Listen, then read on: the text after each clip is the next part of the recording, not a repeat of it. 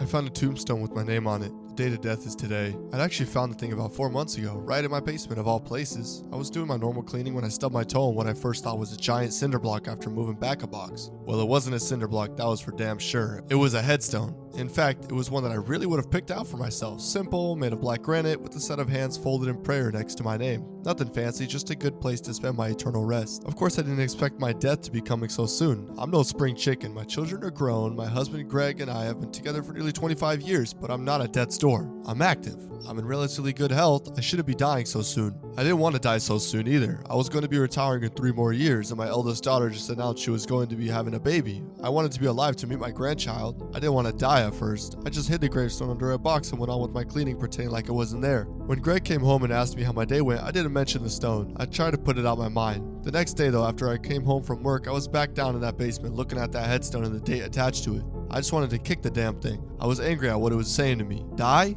Now?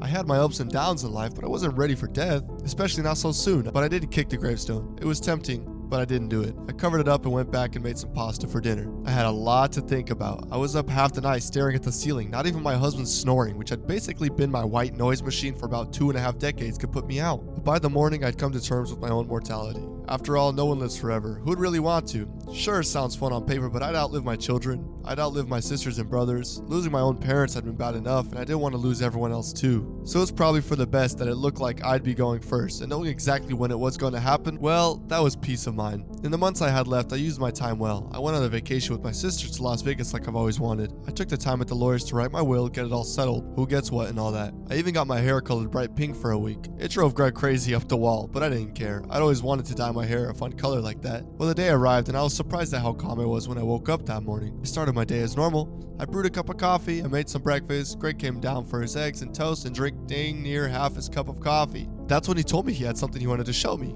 I smiled. Sure, honey. Afterward, I got something to show you, I said with a wink. The nerves almost kicked up the second we started walking down the basement where I knew it was. I'd only gone back down there a few more times to see it. Did you think I'd forget our anniversary? Greg said with a smile. I got you a really special gift. Ready? I nodded. Greg ripped away the blanket covering up the headstone, only for his face to go white as a sheet after he realized that it was different now. I found your anniversary present earlier. My bad, I chuckled as I walked up to it, placing my hand in Greg's, in which would usually be a sweet gesture of affection, but this time it was to be sure he wasn't gonna run off. You really did pick out something I'd like, but I'd like to think this is a little better. It was a couple's headstone now, both of our names side by side. I still had my praying hands on mine, but I made sure to have Greg's side customized with a set of playing cards because he always loved those cards. What do you think, dear? Greg yanked away from me, reaching in his pocket for what I think would be a gun. I could see the moment the poison started to kick in. His eyes glazed over. He sunk to the floor and gasped, holding onto his chest. It wasn't much longer for me, but I'd at least be able to lower myself to the ground nice and easy. He dosed himself a lot more than I did, which was for the better because before I die, I got to watch him die first.